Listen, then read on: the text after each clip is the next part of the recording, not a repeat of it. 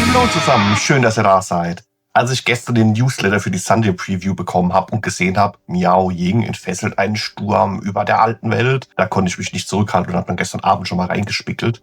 Aber jetzt schauen wir erstmal gemeinsam auf den Sunday Preview Artikel über die tollen Dinge, die uns ab dem Samstag, den 23.08.2025 in den Vorbestellungen erwarten wird.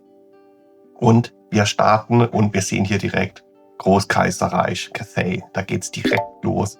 Sehr cool. Hier das Arcane Journal, also das Fraktionserweiterungsbuch für die Cathay. Wunderschönes Cover, finde ich. Und dann hier absolut genial. Miao Ying, der Sturmdrache, die Befehlshaberin der großen Bastion, Herrscherin über Nord-Cathay. Unglaublich geniale Miniaturen. Man bekommt hier 2 Minis. Einmal in der menschlichen Form, einmal in der Drachenform. Und ich finde die so hammer. So ein cooler Style. Also beide Minis sind absolut beeindruckend schön. Ich finde es so geil. Hier auch die Details. Hier Kopfschmuck zum Beispiel in der menschlichen Form. Gut, wird dann ein bisschen größer, aber auch in der Drachenform dann auch dargestellt. Ja, dieser asiatische Drache mit der schlangenartigen Drachenform. Hier die langen Bartsträhnen oder Haarsträhnen hier am Maul. Und hammergenial. Richtig cool. Kenne mich da jetzt mit den Regeln für Old World gar nicht so aus. Spiele es ja auch gar nicht. Aber mich würde echt mal interessieren, wie das dann auch auf dem Schlachtfeld funktioniert.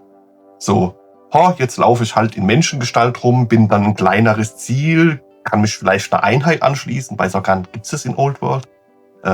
Und dann so zack, Drachengestalt, riesengroß, ich mach euch alle platt, bam. Also geil. Stelle ich mir richtig cool vor. Unglaublich geniale Miniaturen. Wenn Cathay, dann Miao Ying als Centerpiece. Richtig geil. Oder natürlich auch für die Vitrine. Ich spiele ja aktuell selber ja gar keinen The Old World. Ich habe mir die Armeebox aber damals ja trotzdem gegönnt, weil ich einfach bei dem Style schwach wurde. Und ich weiß nicht, ob ich mich bei dem Sturmdrachen hier zurückhalten kann. Richtig cool, gefällt mir sehr, sehr gut. Dann geht's hier weiter. Die Jadekrieger sind dann auch als separate Box, als separate Packung erhältlich. Die kennt man ja schon auch aus der Armeebox. Kann man in 2 Optionen bauen. Einmal mit Schwert und Schild, hier oben zu sehen. Und dann einmal mit den Lanzen bzw. Hellebarden. Und das sind, glaube ja, 20 Modelle drin.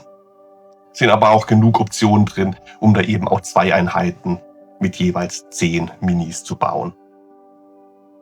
Dann natürlich auch die Jadelanzenreiter dürfen auch nicht fehlen. 10 Stück sind da drin. Aber auch hier hat man genug Optionen, um dann 2 Einheiten zu jeweils 5 Minis zu bauen. Auch die kennt man ja aus der Armeebox. Auch die Artillerie ist jetzt dann separat erhältlich oder kann eben ab Samstag, den 23.08. vorbestellt werden.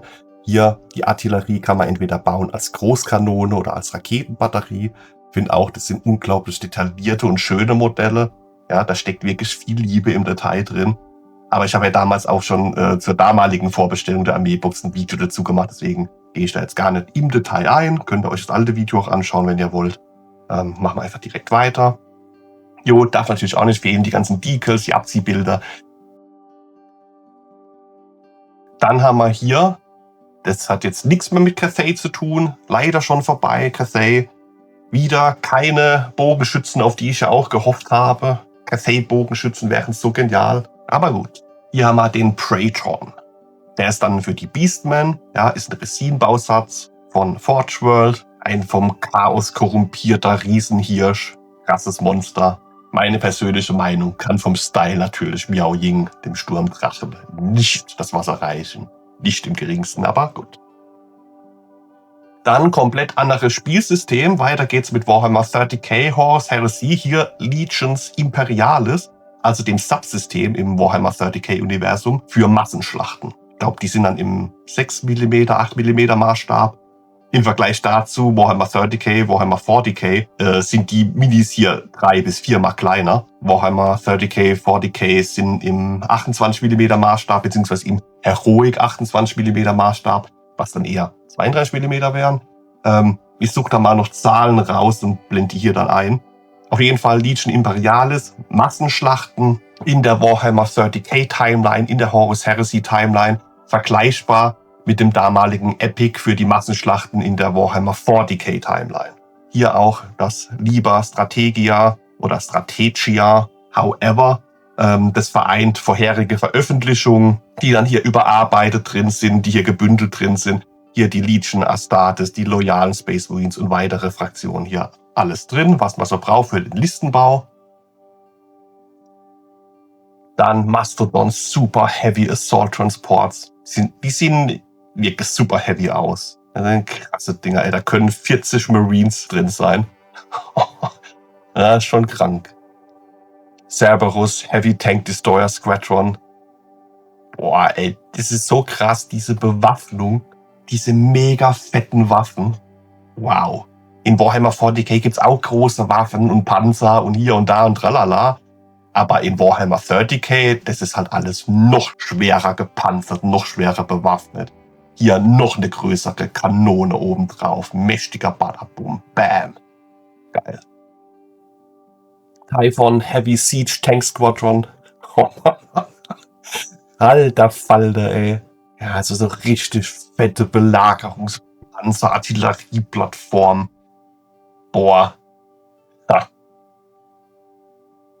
Vindicator.